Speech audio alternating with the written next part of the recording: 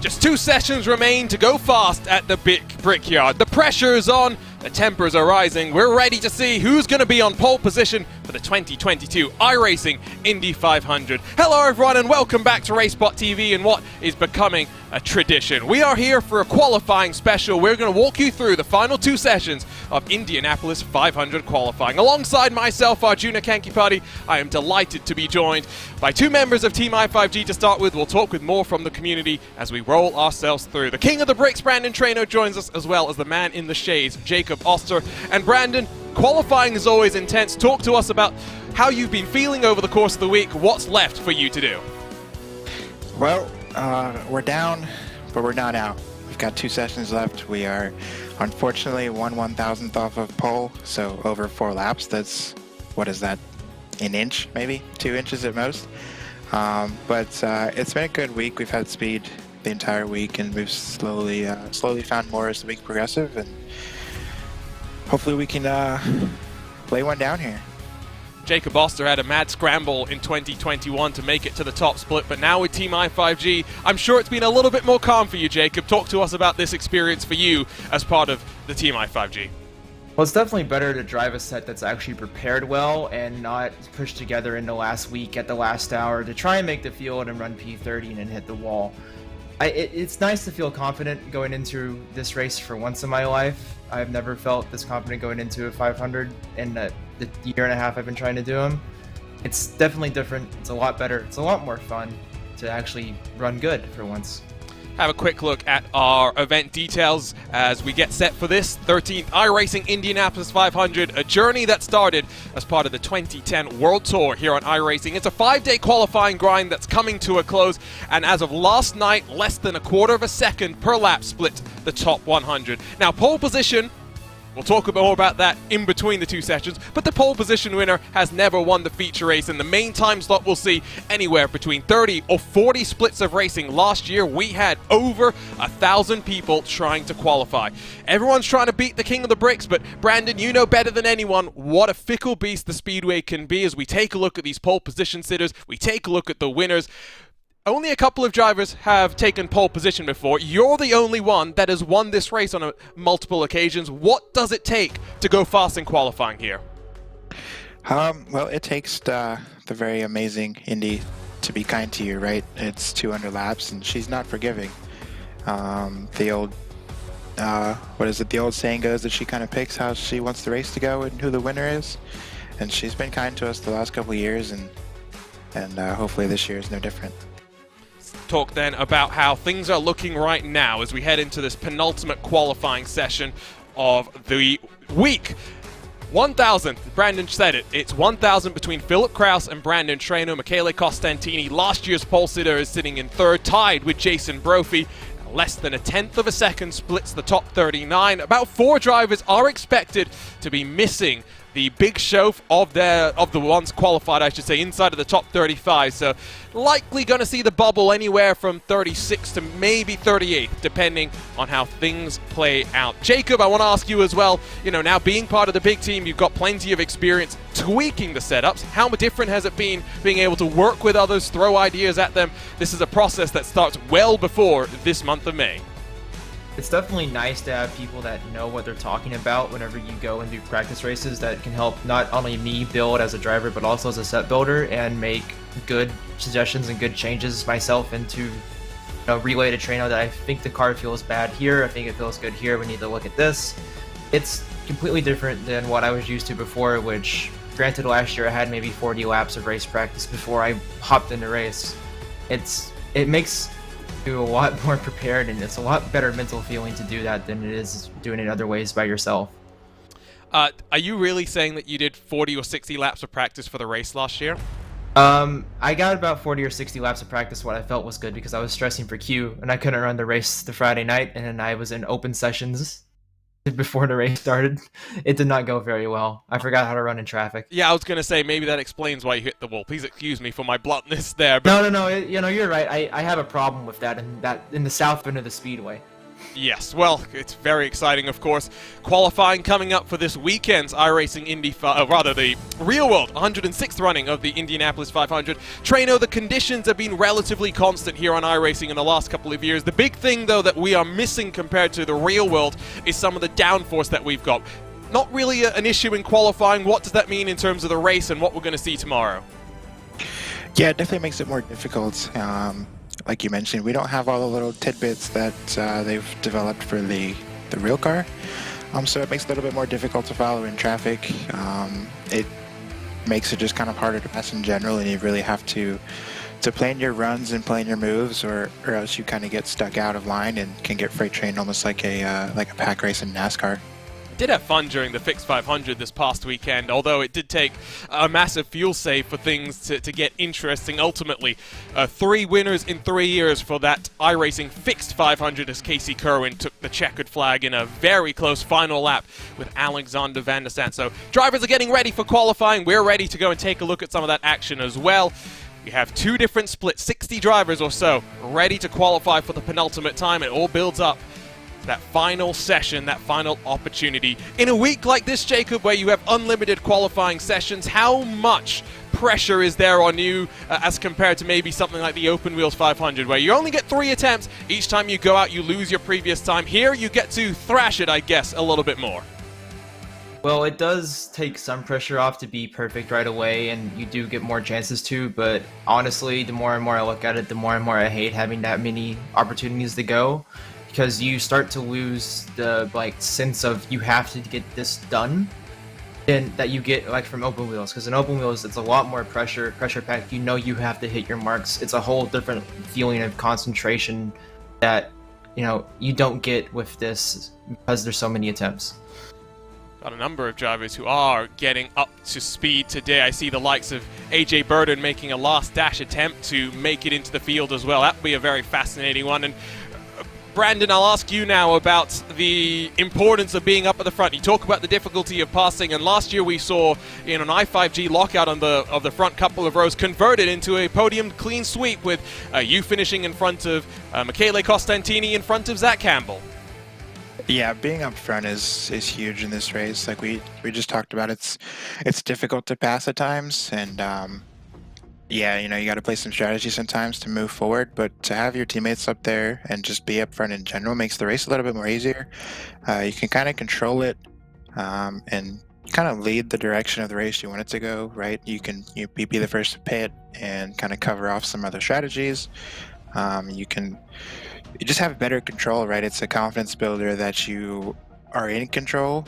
It's something I prefer. I don't like being mired back in traffic. I like being up front, as probably everybody does, right? But it gives you a better sense that you are in a good spot. You have a good opportunity ahead of you at the end of the race. I will point out that Alexander Van der Sat qualified outside of the top 20 and was able, through strategy and through a couple of bold passes, to be able to work his way forward. So by no means, if you qualify outside of the top 10, the top 15, are you out of the equation. I'll correct myself as well. I saw only 2 sessions going up for the qualifying. Looks like about 5 or 6, so about 2. Never trust a commentator's math is my refrain here on RaceSpot, but 150-odd drivers in this penultimate session are getting ready to, well, we won't say grid and go because that implies a relative lack of practice. That might be true of a couple of these drivers, but most of the majority of the field have been building for this for an awfully long time. So cars rolling out onto track for qualifying. We'll get a look at them as we get underway for this iRacing Indianapolis 500 penultimate qualifying session. As cars build up the speed, we'll let Jacob Oster go off and focus on his qualifying lap time, and we're delighted to be able to watch on as Brandon Trainor will have a full attempt at qualifying in a couple of moments' time. We'll hear from the King of the Bricks as to how qualifying worked for him. Here is Jacob Oster. We were just talking to him as he rolls himself through onto the start-finish straight to get this lap underway. Important to hit your marks early in this run, Trainor. How much do the tires really start to burn off as you go through the course of this run? Yeah, they're pretty gripped up the start of the run, but lap 4 for everybody is always kind of sketchy. You're at the limit of what the tires can do, and sometimes you're just holding on and holding a steady wheel and hoping for the best, right? So as we come out of the access road, let's see if I can close that gap and maybe jump up for P1 here. Well, I'm going to step aside. Here's Brandon Trainor as he builds up the speed. I'm going to let him talk us through this qualifying attempt. Let's hear what it takes to go fast here at the Brickyard. Yep, so as we come on the backstretch here, we're kind of waiting for this launch point. Right about there sounds good. We're going to build up the momentum as we come down the backstretch here, being 6th gear by the time we get just out of turn 4. And we'll start our run here in a couple seconds.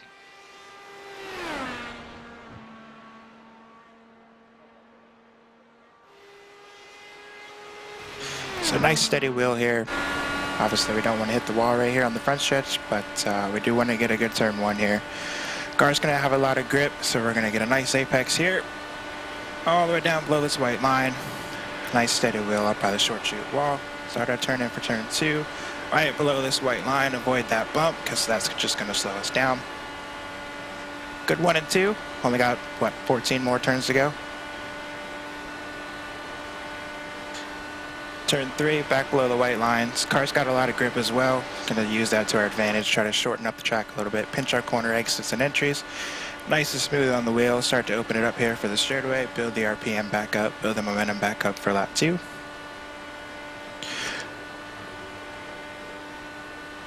So not a really good lap. We want to be about 17s, and that was a 1:93, so we got to find a little bit of time here, Arjuna. But overall, a really good run. Another good 1 and 2 here. We'll see if I can find a little bit of magic here in 3 and 4.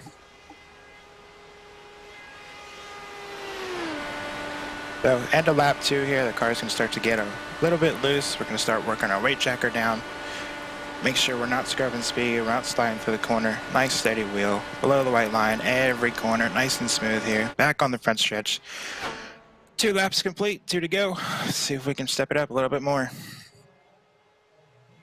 289, that's okay. We need a little bit more here. A little bit on the curb, not terrible. Car's a little bit more free than I'm expecting. A little bit of loose through turn 2, so kind of fighting it. Trying to hold a steady wheel and not slide the rear around. So back down to turn 3 for the finish of lap 3. The car's going to start to get more and more loose, like I mentioned. So we're starting to get down on the weight check. A little bit of slide there. Just fighting the rear steer of the car. It's not happy right now. It's not a good third lap. We wanted to be about the 38s, and we're in the 41s. And that's probably because I'm talking, but it's okay. We're here for content. So lap 4, we're kind of hoping and praying that the car holds together. A little bit of wiggle there in the short chute.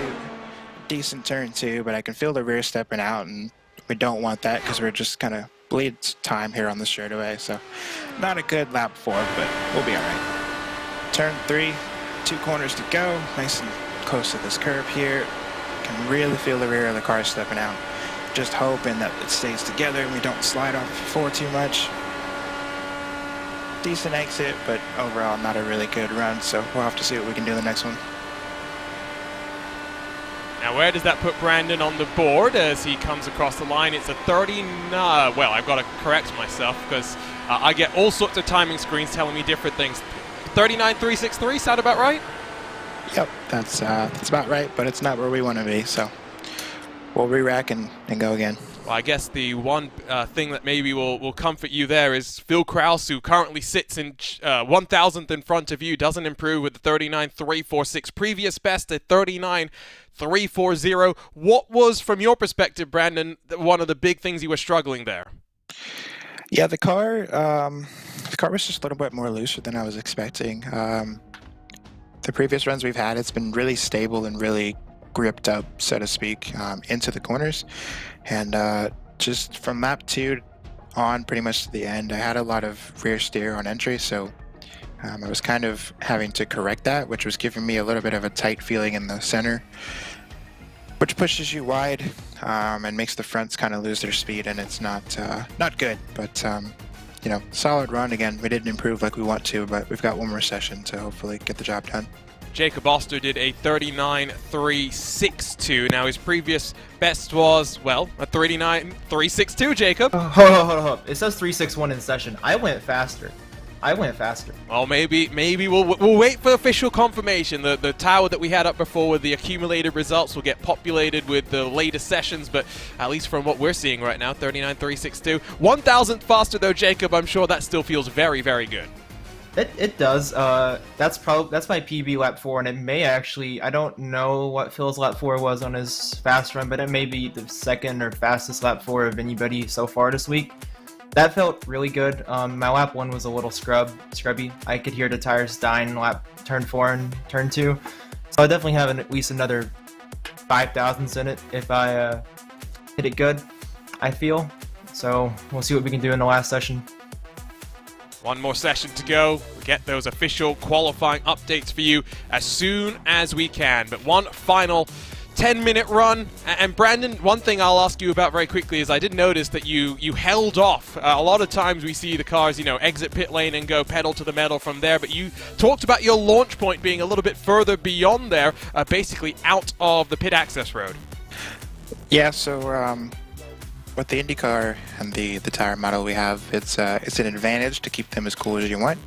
That's how they produce the speed and the lap time. So each person has a different outlap strategy. Some people weave back and forth. Some go as slow as they can without getting disqualified to basically as far as they go to not give up time on lap 1. So there's obviously the RPM, not the RPM, the miles per hour, sorry, that you want to be at the start finish line. But again, you need to find that sweet spot to launch from to keep the tires cool and get the most grip out of them that you can. I'll also ask you, what's different when you qualify here versus qualifying for the Open Wheels 500? Because there, of course, you get the additional warm-up lap. How do you approach that? Which one is faster, and how do you approach the differences there? Yeah, so the outlap provides a new challenge. It adds heat into the tires, which, again, we just talked about we don't want, right? So it's going to change the balance of your car, and that's where you're going to use the weight checker and the ARB to your advantage and kind of help that handling. But yeah, open wheels is more of a challenge. You get 3 attempts, and each time you go back out, it's pulling your previous time, so it really puts the pressure on you that if you want to risk it and you think you can go faster, there's a lot of pressure on, because if you hit the wall and wreck, and then you're over, and then you're potentially on the outside looking in, especially if it's your 3rd attempt, and that's all you got. So I enjoy both. Indy qualifying is just a whole different animal in itself. You know, putting 4 perfect laps together is so hard. There's 16 corners you got to get right, and as you see it between me and Phil, it's 1/1000th, and that's pretty impressive over 4 laps. I don't know what that equates to on track distance. It can't be much, but yeah, it's something special, and yeah, I mean, that's all I can really say. It's just, it's special. It takes a lot to get right, and it takes a lot to just come out here and lay down a very fast time and be up here in the top 33. Only a couple of updates in this most recent session to talk of. AJ Burden jumps into the top 18 with his first qualifying attempt of the week with a 39.390. He jumps in front of Carl Jansen and Austin Espeti. Chad Simpson with a very marginal improvement now sits with a 39.413.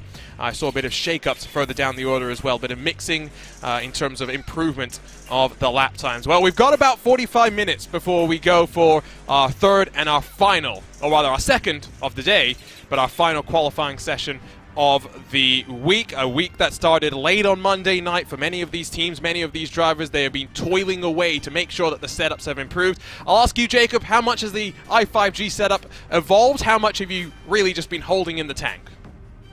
Well, I think we've jumped, because, you know, we started testing, when did we start testing, Trainor? End of March, start of April? You guys started testing in the end of March. I started testing the day after last year's 500. Thank you very much. Okay, yeah, there's a reason you've won so many times. We've definitely improved a lot. I know I've improved a lot more than Trainor has, because I was originally 400s behind him, and now I'm only, I don't know, 2. So it's nice to see that improvement. It's done a lot. The sets went through quite a bit of changes, including a couple reworks, and it's gotten to a point where I feel like it's basically at the limit of iRacing, if not the bottom limit, the upper limit of what we can do with this tire model.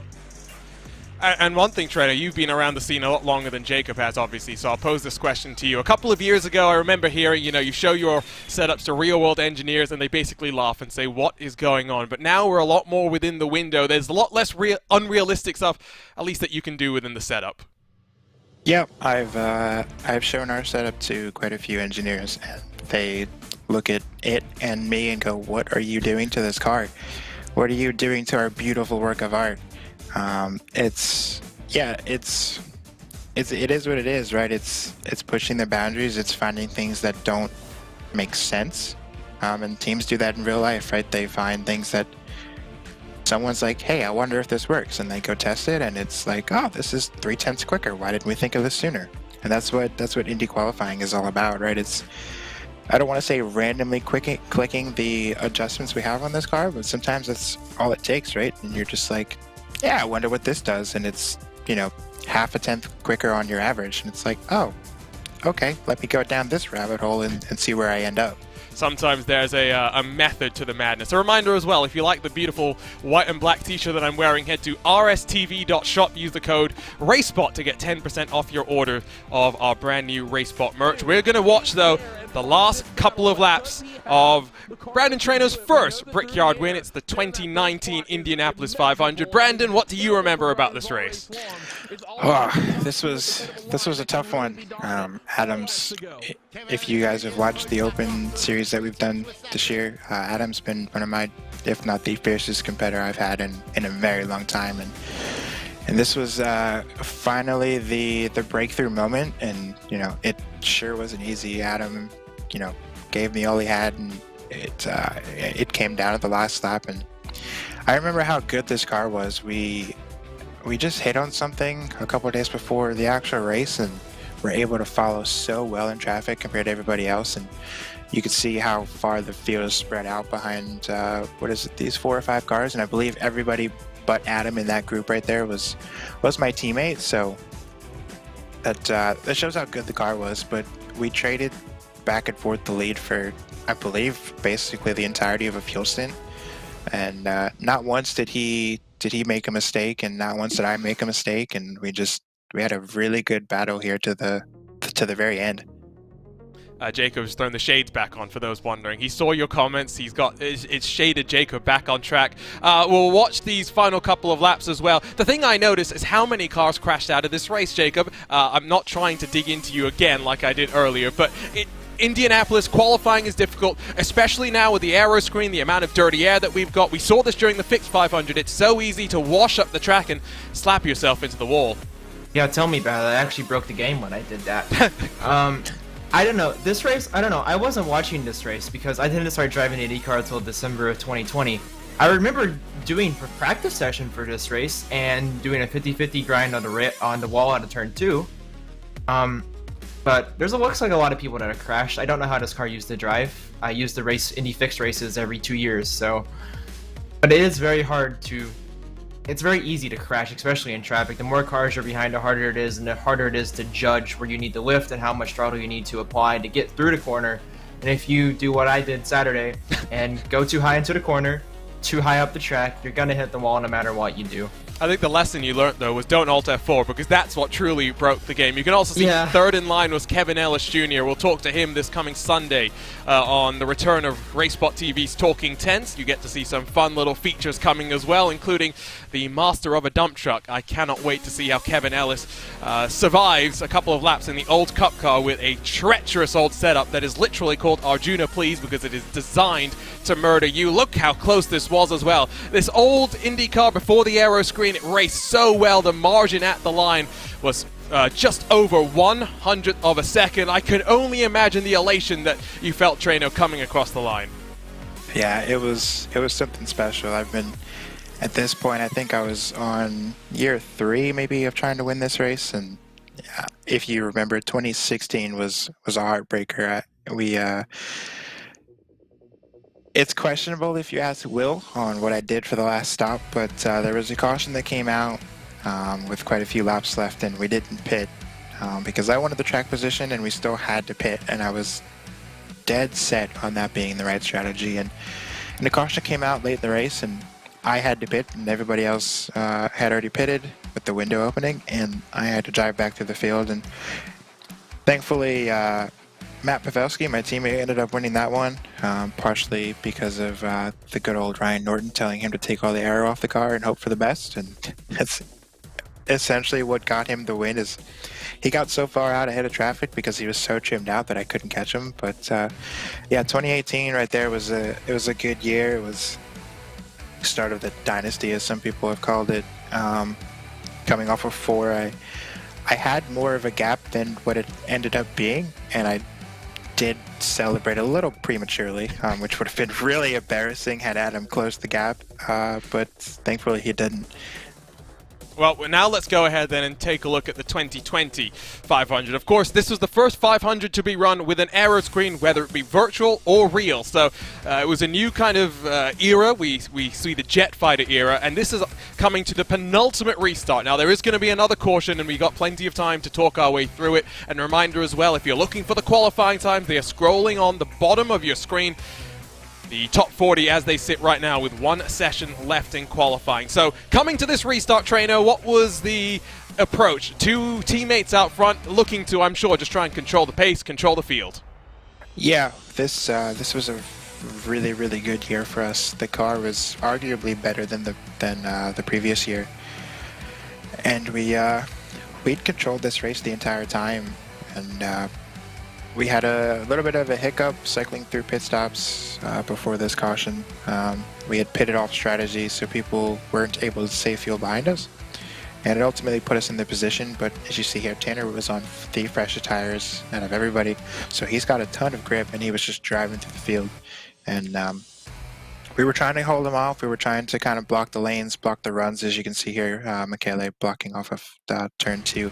He does go high with the little bit of excess overspeed that he has, but you'll see what he does off of turn 4, which was extremely risky, but very well calculated in my opinion. of course, this was the year as well that Trainor and I think Zach Campbell as well were running under the Rahal, Letterman, Lanigan banner, so you see the different colors on that machine. And here's that move that you were talking about to the inside, trying to pinch all the way down to the wall. Just look how feisty this was on the restart, ducking and diving, all searching for some track position, 3 wide on the run into turn 2. That's where the carnage sort of happens. I think it was Johan Hart and Michele Costantini that got mixed up in that one. And we'll bring in 2 more of Team i5G drivers as we see a very damaged Apex Racing team with Team i5G machine on the inside of turn number 1. We'll start with the 2016 iRacing Indy 500 winner, Matt Pavelski, who has been vigorously, I think, trying to get me and persuade me to show this 2016 Indy 500. Maybe we'll do that, but Matt, I mean, you must be looking forward to this weekend. I know maybe not too much practice for you, but you have managed to dial in a good qualifying lap. Yeah, I mean, it's always great to come back to Indy, especially when we always bring a rocket ship of a race car. Qualifying's never been my strong suit. I kind of wish I had some more test time to kind of get used to the qualifying setup. I'm kind of paying for that now, but you know, probably gonna end up starting close to 16th. I don't really see much improvement for me. I just don't have it this year, and that's going to be either a nightmare or a lot of fun. We'll kind of find out when we get there, I guess. It's always great to be at Indy. And the hyperstar Brendan Lichtenberg joins us as well. Brendan, you've seen many different, I want to say, eras of the iRacing Indy 500. The car has changed, the racing has changed as well. I think it's fair to say this might be the least dramatic sort of racing, but it might be some of the most difficult, trying to stay close, trying to follow in dirty air, trying to set up passes. Yeah, it's without question. This is like the hardest package I probably have ever done. Like, yeah, I've been doing it since the Aero 5, where there basically was no aero push, and it was just a massive train of cars like Talladega the whole race, and that was just more about survival. This is more so a chess match, and I think that's the way racing should be. It may not look the most exciting, but when you're in the car, you're working really hard, and you feel good at the end of the day when it works. So I think it's fair to say it's not too dissimilar what we have right now here on iRacing to what we'll see this coming, well, I should say, the next weekend in the real world for the 106th running of the Indianapolis 500. I'll go to you again, Brendan. I have a kind of follow-up question to that. Of course, Open Wheels returns in 2022 with a TBD date, but the thing that Open Wheels has always offered is the ability to run any of the Dallara chassis. Why haven't we seen anyone make the field in one of the older ones? someone tried the first year. It was more like an advertising effort because they ran the iRacing 5 and unfortunately didn't work. And that first year as well, we did try the DW12 like very briefly. I think it was Chris who like did the numbers and realized it wasn't really going to work. But I mean, if there was, and who's to say if there won't be in the future? But it appears the IR team is going to be the dominant car for sure. So this was a tense moment. Tanner Watkins leading the field as we got ready to go back to green with, I think it was 1 to go. Trainor, what was going through your mind? What was the plan that you were trying to execute here? This was not some very good caution lap thoughts. It was not pretty. I was not happy. He, again, like I said, made a very aggressive move, but it was calculated, and the lane was there, and I don't blame him one bit for trying. And as soon as the caution came out, I was saying some not so nice words over the radio to my teammates that this race was over, it's lost, we just gave this up. And thankfully, George Simmons, the amazing engineer and crew chief that he is, got me to calm down and realize that we should have a one-lap shootout, and we started planning our attack. So, nah, that George guy, I've heard he's a right piece of work. No comment, George. George, I had the pleasure of being in a race that George did in the VW Jetta at the Nordschleife this past week. It was, without a doubt, the second most funny thing that I've seen this week, just behind Arca Break Weekly. High praise. Jacob, I'll ask you as well. When you watch some of these races back, you see the sort of racing that unfolds. What do you think? I mean, I'm sure because you've only experienced the most current form of racing that we have, where again it is like a chess match, like Brendan says. It must be sort of like what you see in the Lionheart Speedway series. Yeah, as if anybody's watched the Speedway series, you know I haven't had the best of luck there. I hope that does not translate here, for sure. Whenever I watch these old races, because I went back and watched a couple of them, it's like every single year, the entire model for drafting and traffic's different. Like if you watch 2020, they're basically in a pack almost, and they're able to run a lot closer together than we are right now with very similar cars. It's just, I think makes it every year a challenge, because this year feels a lot similar to last year, but with some differences. But not having the experience does kind of hurt in a lot of ways. But it is nice that I've only seen this car and this combo for this track at least, so I know kind of what to expect going into most situations.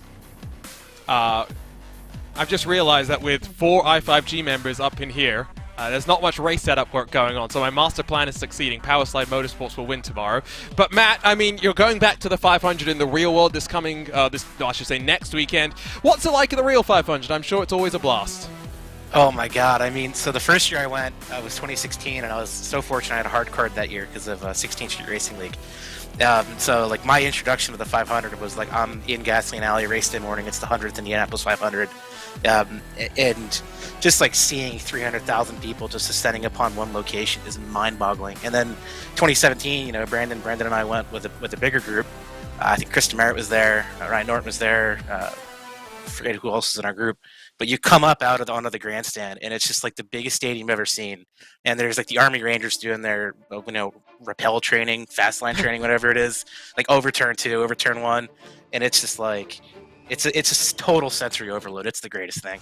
So here we go. We're going to watch this final lap of the 2020 Indianapolis 500. Look how many cars are in the mix. It was really a shootout, and somewhat surprisingly, I thought, rewatching this, Tanner Watkins goes very, very early, Brandon.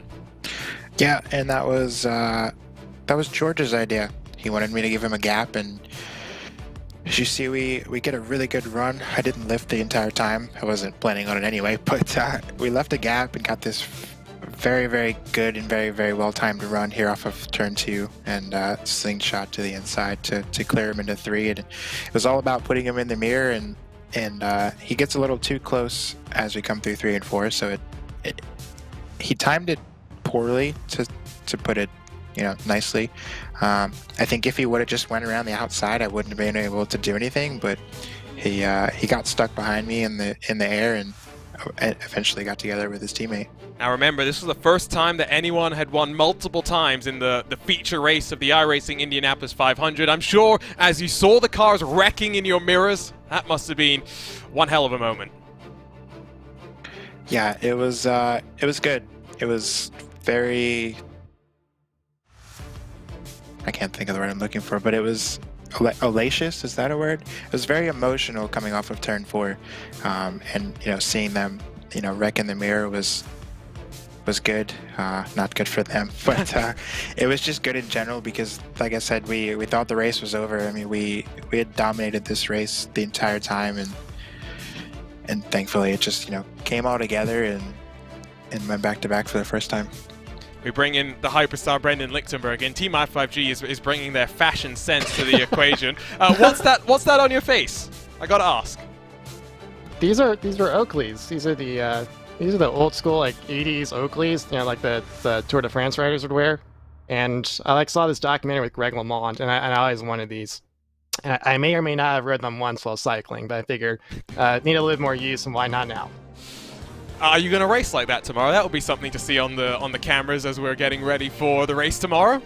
I think I'll pass on that. I want to do well. I was hoping we'd be able to convince you. So now we'll go ahead and run down through last year's 2021 iRacing Indianapolis 500. Of course, with 5 to go, it was a 3-horse race at the front. Yes, Wilson Nato, Phil Krause were in the mix, but with the amount of dirty air that they were seeing, it wasn't really a realistic idea to see them close. Let's talk to you, Jacob, about this race in particular. Your first time in the big show, the slog of qualifying, and then you talked about your limited race practice. What were your thoughts of the week and your impressions heading out of the event? Well, as anyone who's in the community knows, I did a lot of work last year with Riley Thompson and James Walker to get into the show at all. It was basically a grind, and I think I hit my best Q run, which I think was a 39.548 at 3:30 a.m. my time, the Friday morning. We took a lot of space out of Q, and that took a lot of time from being able to do race at all. Thankfully, I had some help in the community that just gave me instead of help me figure out a race set that was a little bit better than a fixed one, or ones I could get for free. That worked. It worked for my teammates really, really well. It just didn't work for me. I just couldn't adapt fast enough to the traffic that big back there because I hadn't really run a lot of fixed races then. at that point. So it definitely was a big learning experience, and it helped tremendously when we got to ISWC later in July. Sorry, I'm not laughing at anything you said there, Jacob, but Michele Costantini has jumped into the YouTube chat to say bruh, and I can very much appreciate why, because I still remember I was commentating and producing this race, and I had his webcam up just in case anything happened out of turn 4, and the look of disappointment. I wanted to fly to Italy and give him a hug myself because I felt so bad for Michele, but unfortunately, Brandon, with 3 to go, what were you thinking here? Tires were starting to wear, the swap was becoming increasingly difficult. You start doing the snake as well. Surely you thought this race was in control. Yeah, it was crossing my mind, but you know, Michele is one of the best drivers on this car and on the sim, and you know, being on the same team and roughly the same setup, it's never really over. I was, you know, snaking as much as I could to break the draft, and we were at the end of a fuel stint, I believe, so the tires, like you said, were really worn, and at that point it's really hard to follow, especially because him and Chris were swap drafting, and I appreciate you not showing me taking out my teammate, which was not a good moment as well, forcing the issue 3 wide into turn 1, trying to make a move, and yeah, it was, you know, not a good win, in my opinion. It's, you know, some people say a win's a win, but to take out your teammate in the process wasn't a good feeling. And you know, Chris never really. He always said it wasn't like a big deal. There was no hard feelings, but I always have a soft spot for Chris, and he's been a really good friend and teammate, and it sucked running into him with 7 or 8 laps to go. I mean, at the end of the day, I know what you mean, but a win is still a win. But more importantly, I think in some regards, you know, for Team i5G, well, technically, I guess this was an Apex Racing team 1, 2, and 3, but it was Trainor from Costantini from Zach Campbell. Now, we won't see Zach Campbell this weekend because the Porsche Esports Super Cup has a clash, although to be fair, it's still oval-style racing when you go to the Circuit de la Sarthe with any sort of Porsche 911 Cup car, especially this newer generation. So it's still going to be a draft fest, Ladega, if you will. Can't wait to see how it goes for him. Of course, still hypothetically and mathematically in the championship mix, but Zach Campbell has had a blockbuster breakout season as part of Coanda Simsport. So that was 2021. Of course, it wasn't the only 500 that you won last year as well, Trainor. You won the ISO WC 500 as well. I did. That was a good one as well. That was a really well strategized race between Chris and I. Chris is amazing when it comes to strategy. It blows my mind that he can race with us and be, you know, fighting for the lead essentially, and still be able to say, okay, this is the fuel number we need to hit, this is the amount of laps we need to do, this is how many stops left. Like in the moment, he's clutch, and it's really good, and that's what came in handy for the ISOWC win. I was so locked in with him, just driving back through the field through people that were fuel saving, that we had actually cycled back to the lead, and I had no idea because he said nice job. Oh, I forget what he said. He said like nice job, good going, and I was like, okay, cool, because we had just passed somebody, and it took me like 4 or 5 laps to look down and go, oh, we're leading, and then he's like, yeah, that's what I was talking about. And I was like, oh, okay, cool. Was an interesting race. I think that was a very different feel to the sorts that we were kind of used to seeing, and kind of similar is what we saw during this past 2022 iRacing Indy Fixed 500. Now I'm going to ask Matt Pavelski here, give us a out of 10 rating for Christopher Demerit's driving style, because I always think that I see those arms at basically a 90-degree angle, and I don't think that's comfortable. Everything Chris does, I can't understand. I mean, like, you know, looking back at what Brandon said, I mean, the dude is, I'm not entirely unconvinced that he's like a machine, and that the reason he's not running is he has to, like, you know, get his like joints checked and like re-oiled and stuff. So, you know, I don't really know how he does it. Yeah, reservice. So, scale of 1 to 10. I mean, Chris is, you know, 10 out of 10. I mean, he's, you know, he keeps everything in the big picture when he's driving. It's nuts. So we're going to watch these last 5 or so laps. It was a last lap pass from Casey Kerwin to get past Alexander van der Santen. Jacob, having done some running with this fixed setup, how much do you take forward from that race to this open setup race? Of course, you've got a lot more flexibility with how you set your car up, and by virtue of that, how much you can play with the in-car tools as well. Really, the thing that I got most from this race, from listening to my teammates do, mainly because I was out for most of it, is the mindset to go into it and how to look at 200 laps of a race and execute when you need to and hit, say, Chris, fuel numbers. Chris was absolutely incredible in this race. Last Saturday, he was giving fuel numbers not for himself, but if he could, for everybody else. And he's like, having people like that around you to make it to the end of the 200 lap race is really, really useful. But that's what I got most from a race like this, and what I feel like anybody that's going to run the Open 500 tomorrow that ran the Fixed 500 would get. Is just the mentality, getting set in and doing 200 laps at Indianapolis on a Saturday afternoon. So 4 to go. It was going to be close, but I think we always thought that the car third in line was going to struggle to close. Brendan, I'll ask you, is that something you expect as well? Demerit has this traditional high line, which I'm going to call the Demerit line from here on forth, but I always thought that if there was going to be a challenge for the lead, it's going to come from second. Now, these cars were about midway through a run on tires, so it wasn't like they were totally worn, but no, I think once you're in that draft lock, it was difficult. Do you think we'll see that this weekend? I think it'll be a little bit different than this weekend because just the way people are going to set up their race setups, I think it's just going to drive a lot better in the high line. For whatever reason, the fixed race setup that we ran with last weekend just didn't really allow for that higher lane. Now, in real life, you would never, ever be up there, because if you would be, your race would be over. So in some ways, actually, it was more realistic, but it should be better for tonight and tomorrow, I think. Of course, we're not far away from that final qualifying session, and therefore as well, the next of our first race of the weekend. There are 4 time slots, but everyone's focused on the feature time slot, 5 p.m. UTC, 1 p.m. Eastern, 10 a.m. Pacific. Again, never trust a commentator's math. George Simmons gives us a fried chicken update. It has been secured, so that's good to hear. I'll ask you, Matt, do you want to be leading coming to the white flag, or do you want to be in second? To be honest, I don't know. I haven't been in this situation in this car yet. I've always really been, you look at Open Wheels 500 in 2020. I think I was in third the whole race completely on my own. But I would rather, looking at, what these last few races have been, I think you can certainly control the race better from the front. I personally would always like to be on the attack. I hate defending. But if I were to choose, I would always rather be in the front, I think, in this situation. I'll ask you, Brandon, as someone who has been in this place, in this car. The question that I saw from some people was about the line, out of this Fixed 500 race to be specific, the line that Van der Sant took, giving Casey Kerwin the inside. What do you think about that? It's a hard call, right? Because it's a fixed setup, and the entire race, it just didn't look like it drove very well in traffic, and it was very, very line sensitive. I think giving Casey the bottom was the right way to go, thinking he would get, a little bit of aero tight and kind of have to lift out of the throttle. But if anybody watches Casey, he doesn't back down, right? So he kept his foot in it, and it seemed like the high line just didn't have the grip there at the end. And he lost enough ground that Casey was able to clear him, and Alex tried to cross him back over, but got caught in his wake off of turn 4 and couldn't get back to him at the line.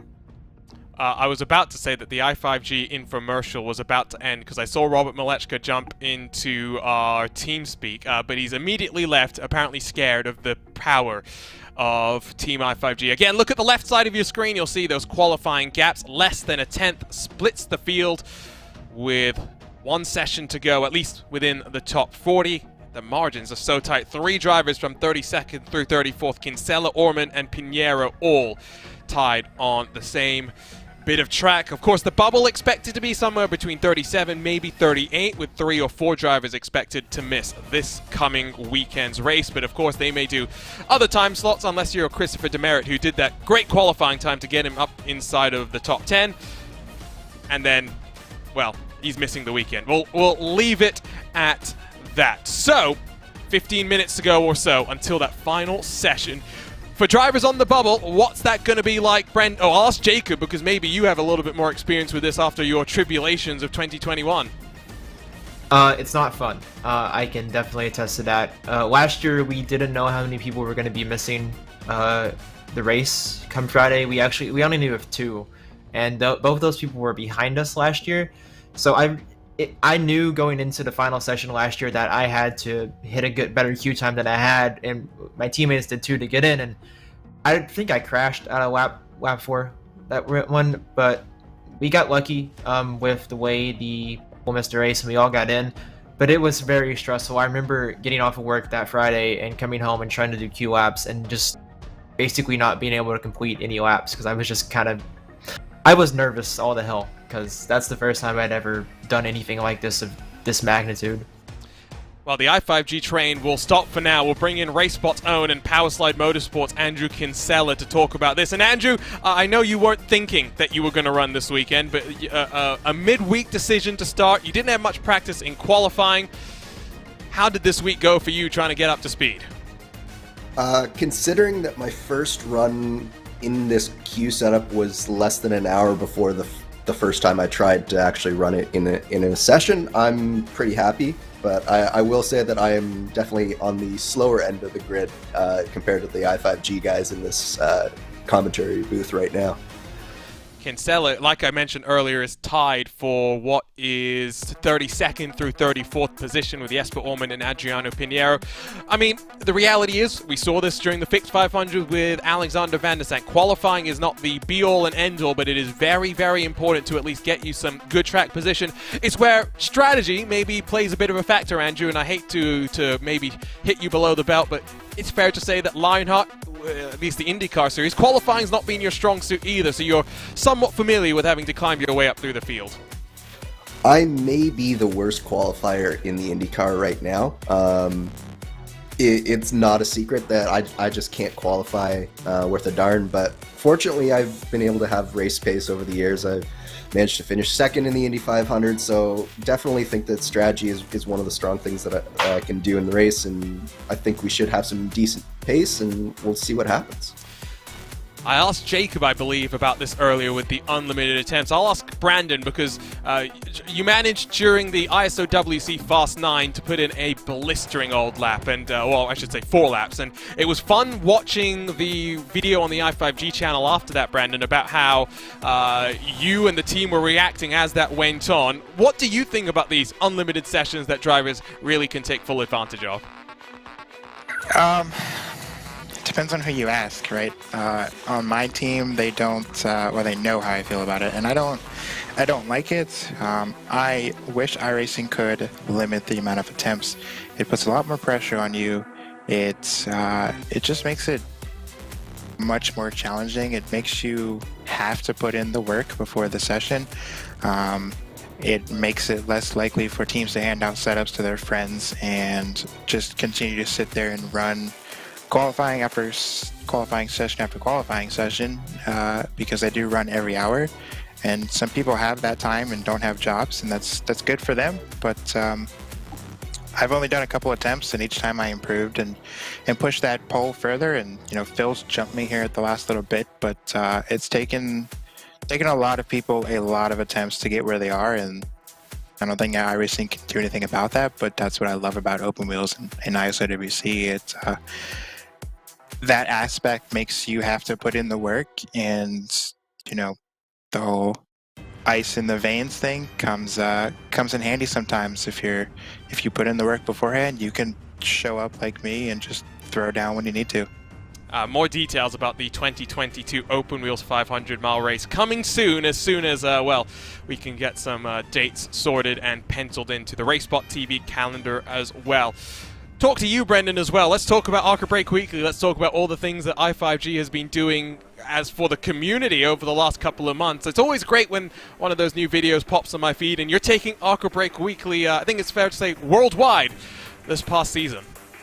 It's pretty insane how just one little video from the summer of 2020 has kind of led to, you know, where we are overall. I would say as a team, I have everyone before me to thank, just in terms of, you know, winning races and things like that gave us that platform in the first place, because I think without that, it gives me a bit of a head start. And I mean, yeah, I'm the one making the videos, but I always felt like it was for the team, and it was a platform for us. And it's a lot of fun to see people, you know, joining into races to watch us race and root for us. And we're just normal people. We're just, I happen to like driving internet cars. There's a lot more to my life than that, and it's perfectly fine to have it be like that. But yeah, it gives me extra motivation to do well. I don't like losing to begin with, but when you have more people watching, it makes it more exciting. So we're all very thankful for that.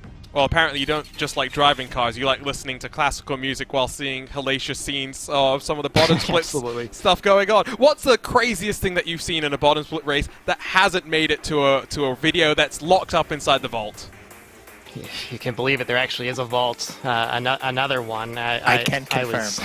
Yes. There's actually multiple, yeah. There's one, unfortunately, I'll never see the light of day, unless, like, my career ends, so to speak. But, you know, there actually is one that I probably will release as a kind of a makeup, since I'll be gone next week. I can't do whatever's next week, and yeah, there was a particular one that, like, right after the first Vault episode I ever made, there was already another one straight to it, so keep your eyes out for that.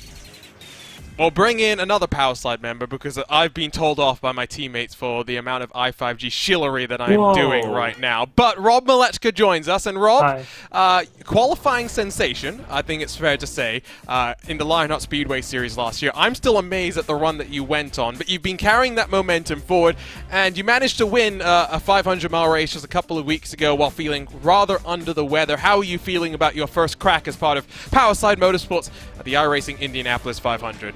I mean, I'm doing okay. I mean, definitely our race setup is much better than our queue. But yeah, I kind of feel that I've done too many laps for queue, so I haven't improved in, what, 2 days? But yeah, now it's kind of just waiting on for the race to start tomorrow. I'll bring back in Matt Pavelski here, the 2016 Indy 500 winner on iRacing. How easy is it to jump between race and qualifying setups? Because, of course, during the course of the week, you want to be working on both, but if someone improves and jumps in front of you on the speed charts, you want to go and try and get that place back. I mean, it's not really as difficult as it might be. I mean, these days compared to what it was, 2-3 years ago, where you do your 3 laps in queue trim, and then you really just like say a prayer and go shotgun a beer and hold on for that last lap, right? Because it was just going to wreck no matter what you did. But these days, it's a little easier. The balance is, of course, different. At the end of the day, you're still Indianapolis. You're still flat out in Indianapolis. The line is roughly the same. You're trying at the same margins. It's definitely easier now than it used to be, though. Well, I tell you what, to make you happy, we are going to go ahead and watch the final 5 laps. Oh, heck yeah. There we go. I knew that was going to make you happy. But I'm also going to quickly ask you, you talk about the mental state, I'll put it that way. I have heard that the easiest way to go fast to Indy is to get yourself just a little bit tipsy. Yeah, I can neither confirm nor deny that. I don't know anybody who would ever do such a thing on iRacing at this track for qualifying. But, I mean, really, you do so many laps here that it's all muscle memory, right? And so it's really just, what can you do to get, the most relaxed? Like, I listen to Jimmy Buffett before some of my runs just because, like, I want to feel like I'm in Margaritaville, so... RaceSpotTV does not condone drink driving, whether it be in real world or virtual, but if you watch Twitch streamers, you know that it happens. Yes. We'll just put that out there. Sometimes when I watch Arca Break Weekly, I do wonder, is that what's happening for some of those guys?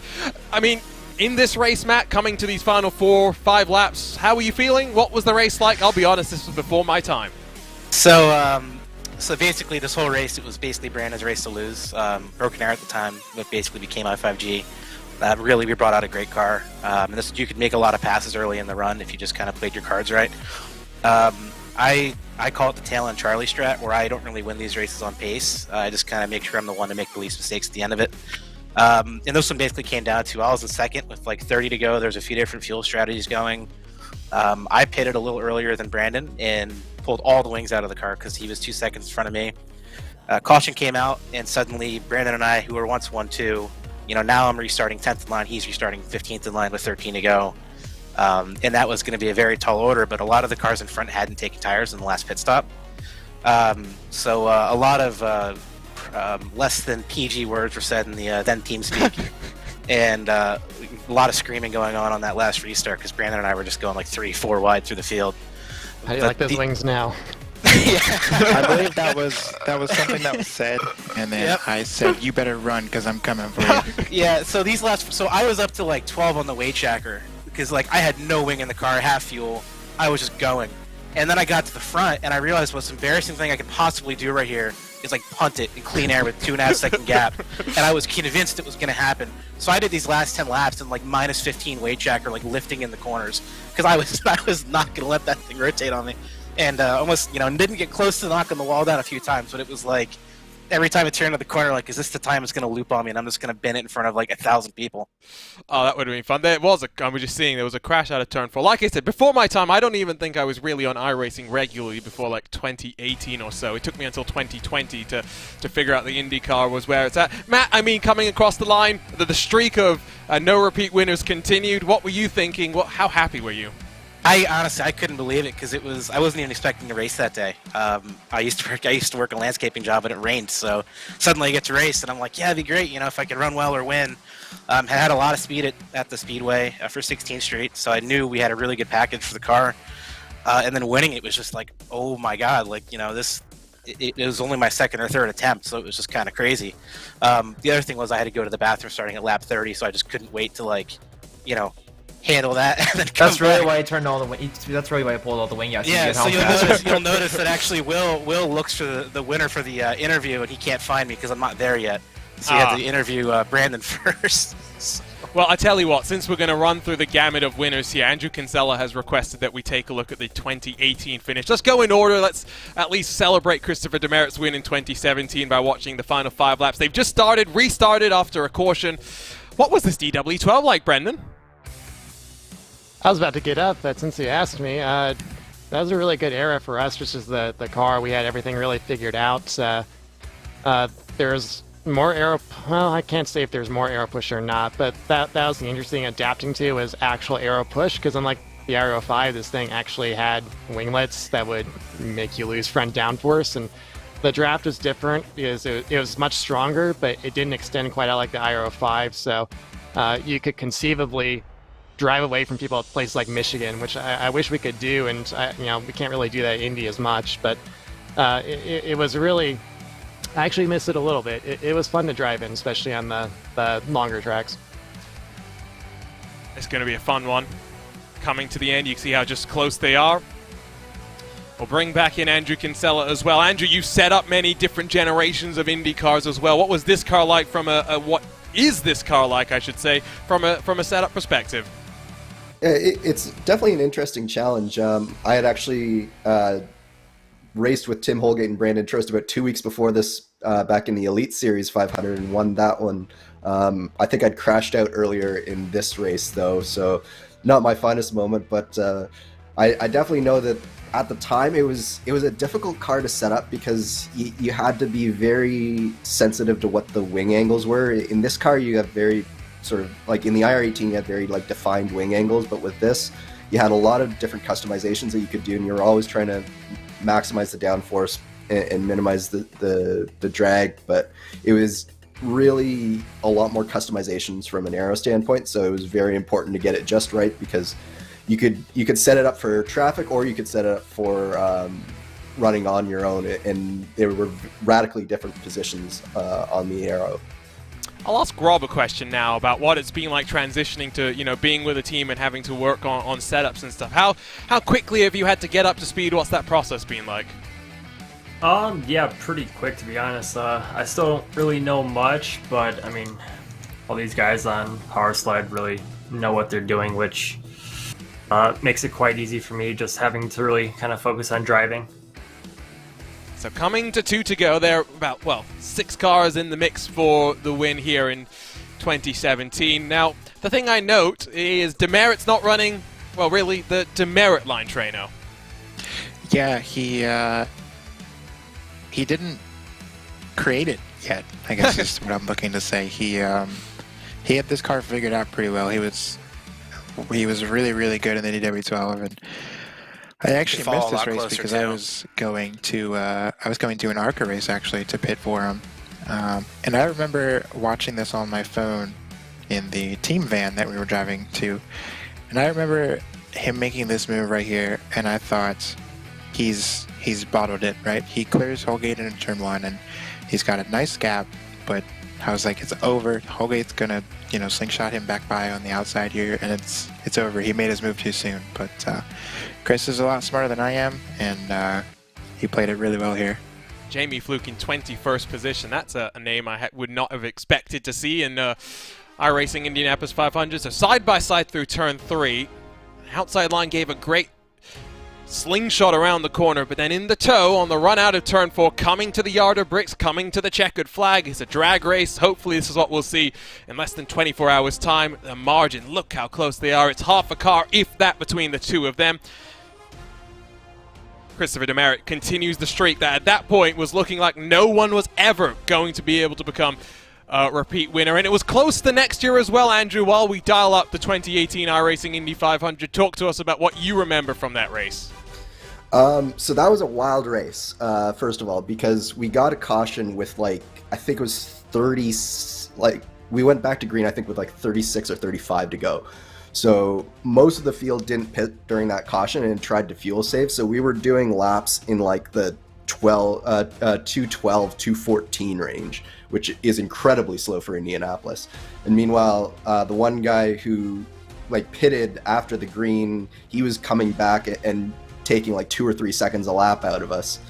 And then, so with a few laps ago, Martin Miller, who was on our team, or one of our affiliated teams, because we did that whole super team thing that year, he went to the front and started leading us, and he was basically going to lead us back. I don't think he was good on fuel, but I think he had some damage, so he was going to lead us for a little while.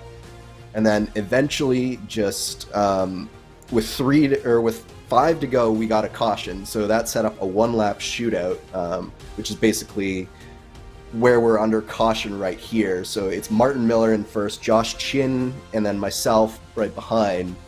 And it became chaos for that 1-lap shootout, because this was the first year of the IR18, and the draft was still really, really strong, and you really didn't want to be in Martin Miller's position, particularly with the little bit of damage that he had. He was basically just a sitting duck, and then it was I think there was Austin and Adam behind me as well. So it was the 5 of us basically trying to sort out who was going to win this race. Well, we jumped to that restart. I thought I had got it just about right. So the first year of the IR18, before even the AFP was a thing, long may it rest in peace. So you can see there's Josh Chin going down low and going to blow past Martin Miller. Kinsella's got the run, Espity, Blocker behind. So basically it's 4 team cars that are now really working for it. I shouldn't say team cars, because there was plenty of drama, as always, in the iRacing IndyCar community. Kinsella goes a long way around Chin. Espity gets completely hung out to dry. Miller up into the wall, takes Blocker with him as they spiral their way in through turn 4, and the drag race off the line. Kinsella almost runs himself up into the wall. Did you think, getting that close to the wall, that you might have still had a chance, or do you think if you had been able to run a bit tighter, then the opportunity would have presented itself? So here's the thing that not many people know about that, is I got slight net code with Chin coming through turn 4. So the reason that I was that far up the track was because I had to save the car, and it allowed me to get back behind Chin and get the draft, but it just wasn't quite enough, and I think it was 12 thousandths of a second that I missed it by. So here we go. The qualifying registration has come to a close. There is one final opportunity for those who are not in the show to lock themselves in. For the likes of Brandon Trainor, well, he's going to be trying to go for the pole. 1,000 splits him from Phil Kraus. Brandon, what's the lessons that you've learned after that final, the previous session that you've just run? We talked about this earlier. You really haven't been running too many sessions this week. Yeah, it's just going to be able to go out and hopefully put down realistically the fastest 4 laps I've done in testing. Kraus's time is not my personal best average in testing, so there's a little bit there for me to gain, and yeah, hopefully I can just come out here and clutch up and take this pole. We'll let you go. We'll let you mute yourself so you can focus on qualifying. Good luck, Brandon. Can't wait to see this final attempt. So Brandon Trainor and everyone basically have left me for the time being. We're going to be focused on this next and final qualifying session. Less than a tenth of a second splits 40 cars.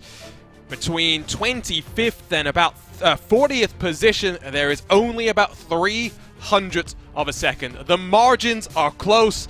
What's on the line?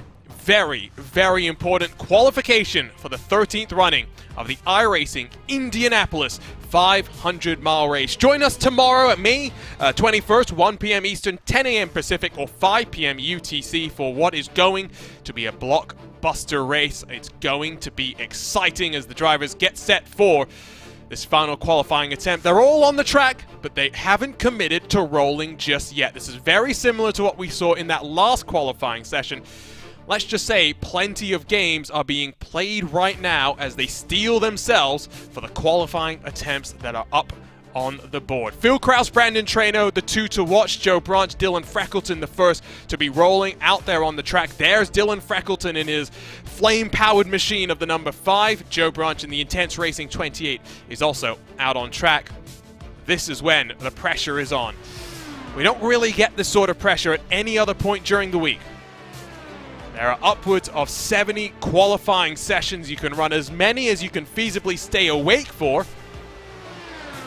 And with 7.5 minutes in qualifying, we'll know what our tentative field is going to look like tomorrow. Freckleton crosses the line, will get his qualifying attempt underway as he throws it down into turn number 1.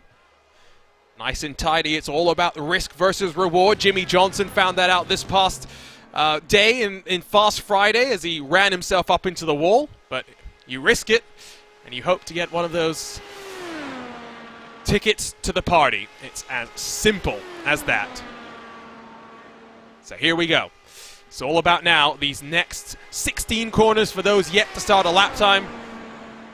The pressure is well and truly on. Dylan Freckleton will finish his first of the 4 laps.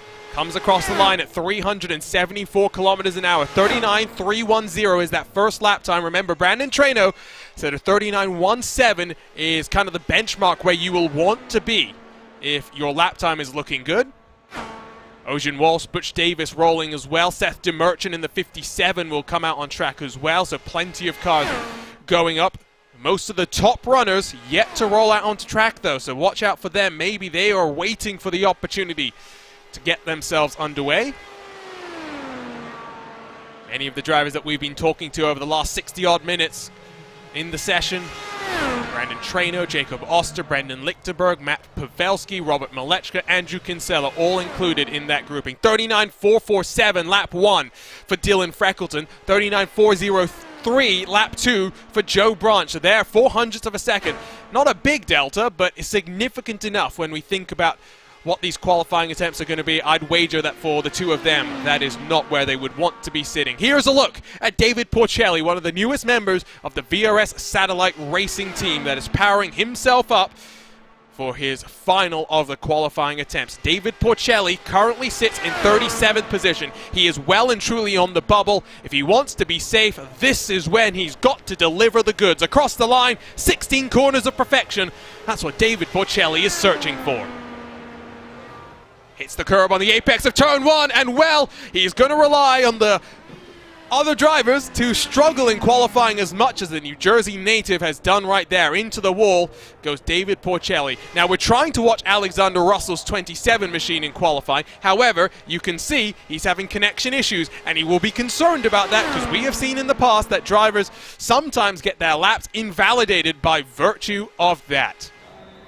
Michele Costantini, pole sitter in 2021, rolling out to become, I think, just the 3rd or 4th driver to be a repeat pole sitter here at the Brickyard in his Apex Racing team with Team i5G machine. The lap times have started to come in. 39.476 for Dylan Freckleton, 4.99 for Joe Branch. Not good enough to lock them in to the show. Alexander Russell rolling, still having those technical issues in his satellite racing machine, but it seems to have cleared up very slightly for now. In fact, is that a bit of a commentator's curse? You'll never know because he's rolling through the corner, continues to build up speed. Brandon Trainor out on track and getting ready for the run. The two to watch are going to be Brandon Trainor, Phil Kraus, and maybe Michele Costantini. Those are the drivers really that have a chance of locking themselves in for pole position. Nathan Dowd goes 4th fastest in the session with a 39.590. Do remember as well that we might lose precision on the timing tower. We'll get confirmed qualifying results as soon as we feasibly can once the session draws to a close. Brandon Trainor up to speed, nice and tidy through turn number 1, up to 370 kilometers an hour as he works himself down the back straightaway. Michele Costantini already through turns 3 and 4 looking nice and tidy is the Italian, I can tell you that. On board with Brandon Trainor's number 9 will not be red and blue, rather red and black heading into tomorrow's race. He'll be racing in the traditional Apex Racing Team colors. We'll watch for lap 1. What's the lap time going to be for Brandon Trainor? 39.182, about 100th of a second quicker than what we saw from him in the previous qualifying session. Phil Kraus, let's see where he's going to emerge. Ocean Walsh with a 39.448 is going to be just outside of the top 40. He is another driver that will miss out on the big show.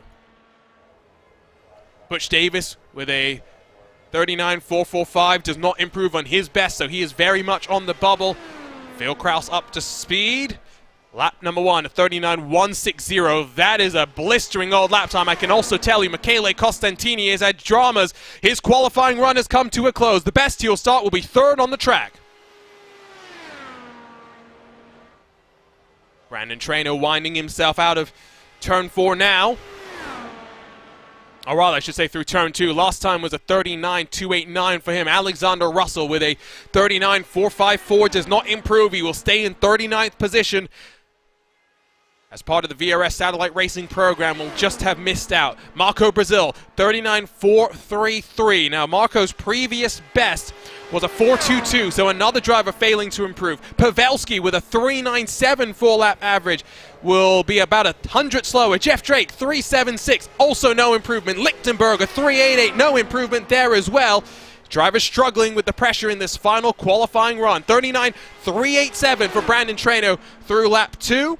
Or rather, lap 3, I believe, as Phil Kraus will come across the line in a moment to finish up his final qualifying attempt. 1 lap to go. Chad Simpson with a 4.34. No improvement for him, about 200ths off what his best was. Phil Kraus, 39.402, struggling at this late juncture of the run. Malechka jumps up on the board, 4.07. No improvement for him either, unable to dip below the 39.4 bracket. So Brandon Trainor comes to the line. It's a 39.345. It's 5,000ths of pole position. Philip Kraus will win pole position for the 2022 iRacing Indianapolis 500. The run he's on will be academic, but here comes the Wisconsin native out of the final corner. Will he be able to break the 39.340 that he currently holds? Slows across the line. It's a 39.344, just like it is on the scoring pylon on the left side of your screen as well in the overall speed charts. It is a 1,000th of a second difference between Philip Kraus, between Brandon Trainor. Sigh of relief maybe from Brandon Trainor. The race for qualifying is done. All focus now on tomorrow. And Brandon, I'll ask you a question that I think everyone wants to wonder, because qualifying on pole here has never been a trip into victory lane. Do you think that that bodes somewhat well for you? It does, right? History's on my side. Like you said, the pole winner's never won, and I believe Michele is still P3, so I got a teammate there, so we can hopefully make some moves here on the start and get ourselves up front and then start to control the race. I thought these glasses would help me see the apex better, give me a little bit of advantage. Wearing my lucky Dr. Pepper shirt, we'll wear that on Saturday, and because I have won every 500, knock on wood, that I've worn this shirt for. So hopefully that tradition continues and become Mr. 4-time. What was that run like for you? Where did you struggle? Where did you improve on the previous run that we saw and we heard on board with you? Yeah, so it was good. It wasn't great. The car had a little bit better balance. Tried a little bit of a different strategy on the outlap with engine warming. The demerit engines coming in clutch this week showed us, giving us a lot of speed this week. So, yep, we missed a couple apexes. We were either a little bit too wide, and you know, with what we're doing here, we're looking for inches, right? And we were I think lap 2 I was a little too close to the curb through turn 1 and 2. Lap 3 I was a little bit wide because I was trying to compensate for that. But yeah, it's a solid run. Kudos to Kraus for getting the pole, but pole doesn't put you in victory lane. Yes, that is for sure. I'll ask you very quickly because we've been debating what is true pole position. Christopher Demerit started the 2017 race on pole position by virtue of the fact that the driver that actually qualified on pole did not win. What do you think about that when we look at the trends? I think that doesn't count. Well, he will ride that, I'm sure, to his grave, that he is the pole sitter and he's won the race. But to this day, we argue about it in Discord. You know, whatever makes him sleep better at night is, like, I guess, what you could say. Let's start talking to some of these drivers very quickly. Let's bring in Alexander Russell, whose final qualifying attempt will see him stay in 39th position. You're very much on the bubble, Alex, but all it takes is a couple drivers not to show up. What was the week like for you working with the VRS Satellite Racing guys? Oh, it was... there's no sugarcoating it. It was the most stressful week.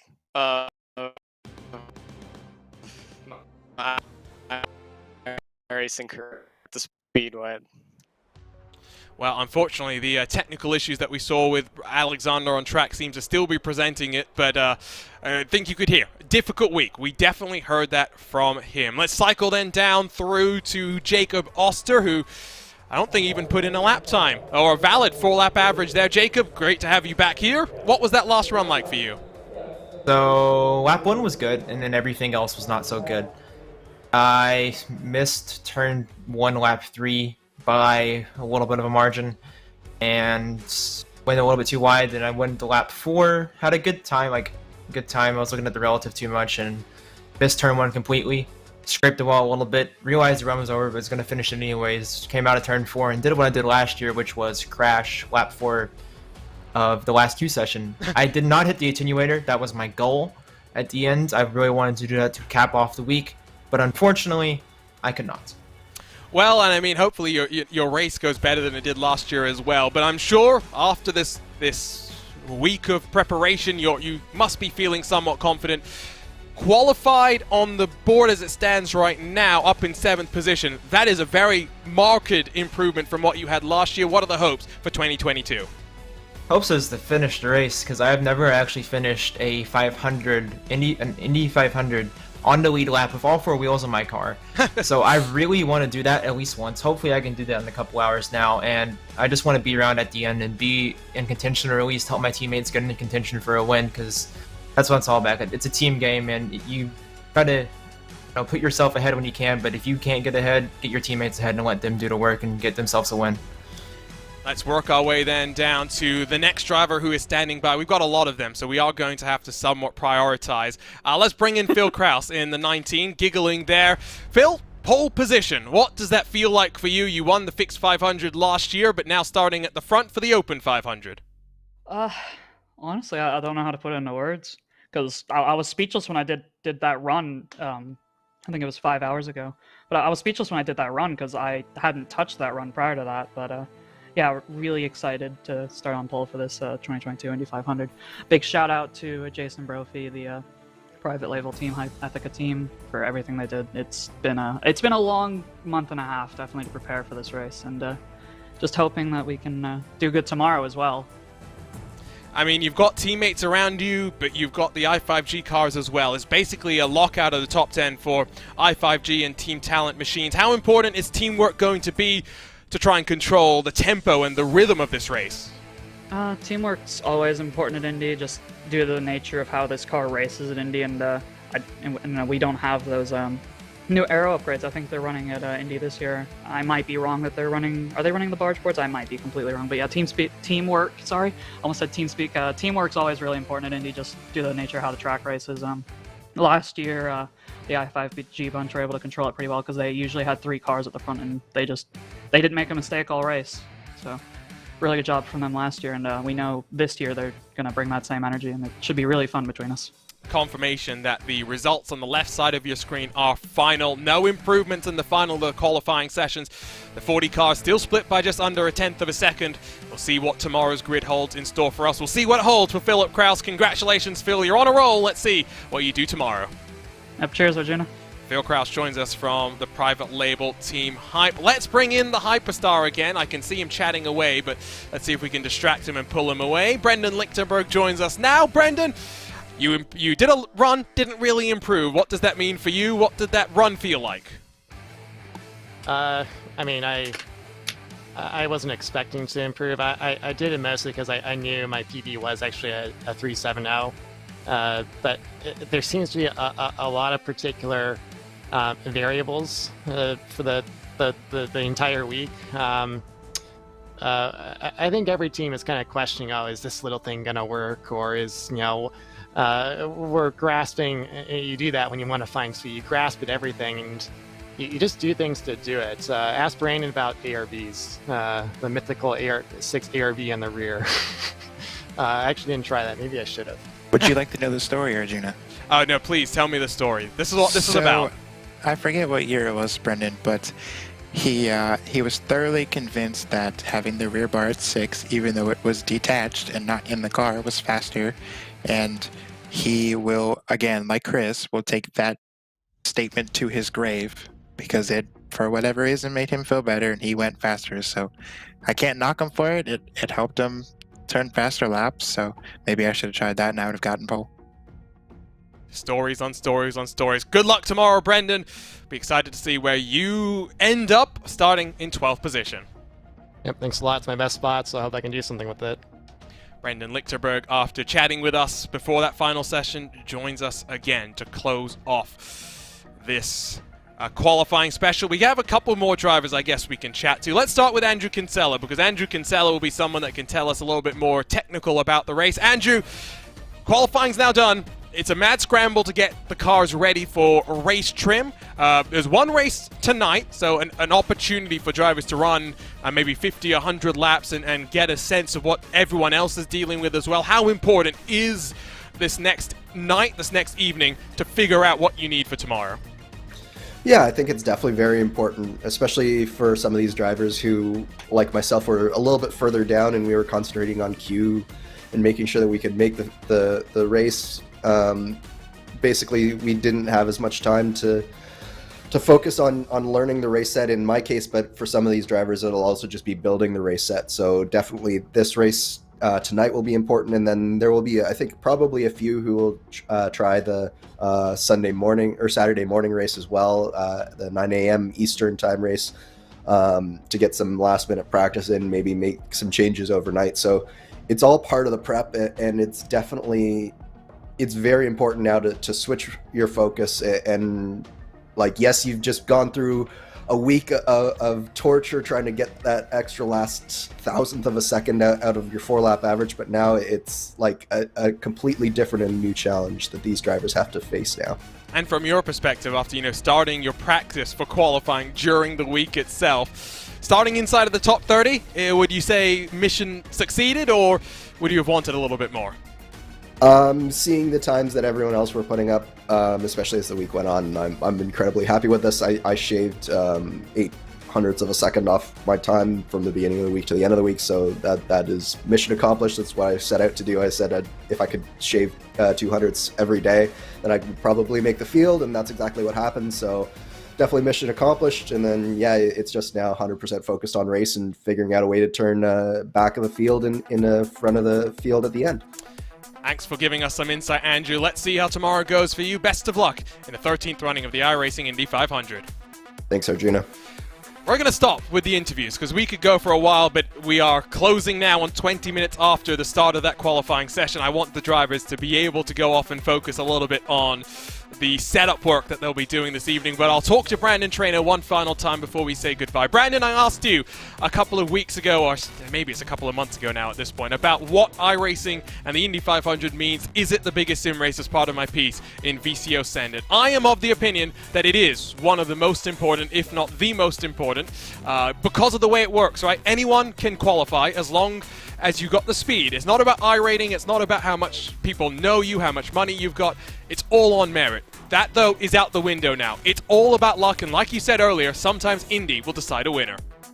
Yep, that she does. It's in my opinion one of the toughest sim races on iRacing.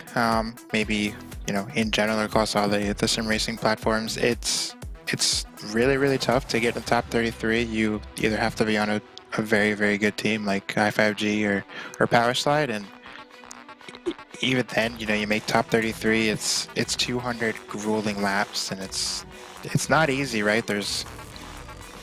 You could, your first pit stop, you could blow through the entry cone and get speeding, and granted you still have 170 laps to go, but it's really, really hard to come back from that. And it's hard to put 200 really, really good laps together and make the right decisions and adjustments throughout the race to come out on top. It's really hard, and I've won 3 of them, but it's not me, right? It's my teammates who help me test, and we work so well together on setups and practices. It takes a lot of people and a lot of effort to do what we've done essentially as a team. It's not just me. Well, before we wrap things up, we are going to run you down what we think will be your provisional starting grid. Do remember as well, there's no 3-wide start. It's a 2-wide start. 3-wide, well, wait for the Open Wheels 500 later on in 2022. So Phil Krause will take the pole position for the 2022 iRacing Indianapolis 500. He becomes just I think it's the 4th driver in the 13 years to become a multi-time pole sitter. The previous multi-time pole sitters, Yang O, Mitch McCracken, and Brandon Trainor. Brandon Trainor will line up on the outside of the front row as we come to the green flag with Michele Costantini and Jason Brophy from the Apex Racing team and Team Talent, and the private label Team Hype sharing row 2, tied on times at the end of this 5-week qualifying grind. Connor Harrington and Jeff Drake, private label Team Hype and Team Talent, row 3 with Jacob Oster and Valtteri Alander 7th and 8th. Watch for Valtteri Alander, your 2021 ISO WC champion, who showed some speed in qualifying during the ISO WC 500, struggled a little bit in the race. What has he learned in the ensuing 8 or so months? Alexis Newsom in 9th, the Lionheart Speedway Series champion for 2021, will line up inside of her new teammate, Christopher Demeritt. Christopher Demerit's not racing. Instead, it will be Josh Chin who will jump up to row number 5. Brendan Lichtenberg and Christian Steele then will share row 6 for the Team i5G. Wilson Nadeau and Hugo Olsen, a power slide affair right behind them. Matt Pavelski, a previous winner, will share a row alongside with Henry Bennett, and AJ Burton makes his way into the field with only 2 attempts at qualifying. He'll line up in 17th position alongside former Corsim Racing driver with a new team to talk about soon, Carl Janssen. Watch tomorrow, you'll see what livery he's running. All will be revealed. Austin Espity and Robert Malechka will roll off inside of the top 20, while Andreas Eich will roll from 21st, along with Daniel Ziegers of Team Talent, Andrew Wood, another driver that will be missing the big show, as will Adam Crane and Liam Quinn. It means that Alexander Van der Sant will jump up into the 23rd position, where he'll be alongside Chad Simpson of the VRS Satellite Racing car. Rodrigo Franzoni will share a row alongside one another, while Marco Brazil and Andrew Kinsella qualify outside of the top 30, but will start inside of that top 30. Jesper Orman and Adriano Pinheiro will be alongside one another, while Fernando Borda and David Porcelli will be alongside one another. Rob Powers, another one of those drivers who will be missing in action. Tom Christensen will be 38th in qualifying.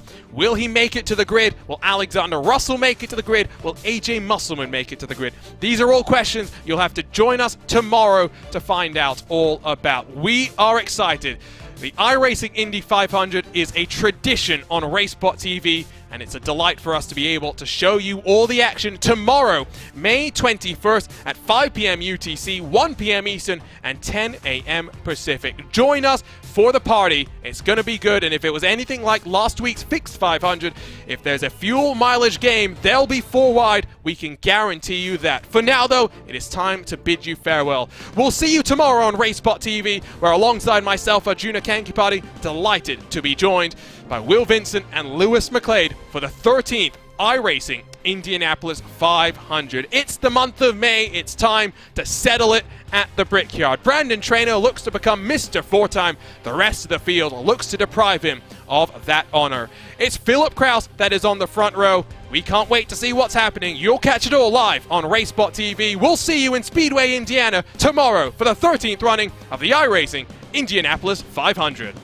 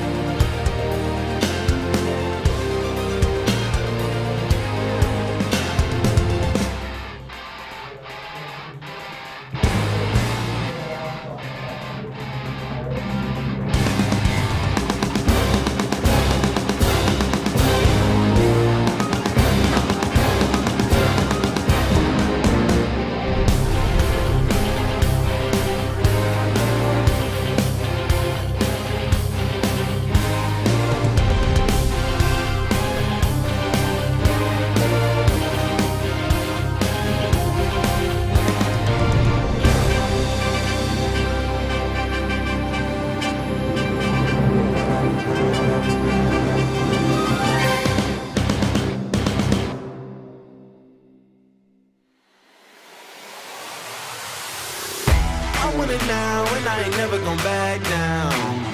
I want it now and I ain't never gon' back down. I want it now and I ain't never gon' back down. I want it now and I ain't never gon' back down. I am no regular citizen. Do you understand?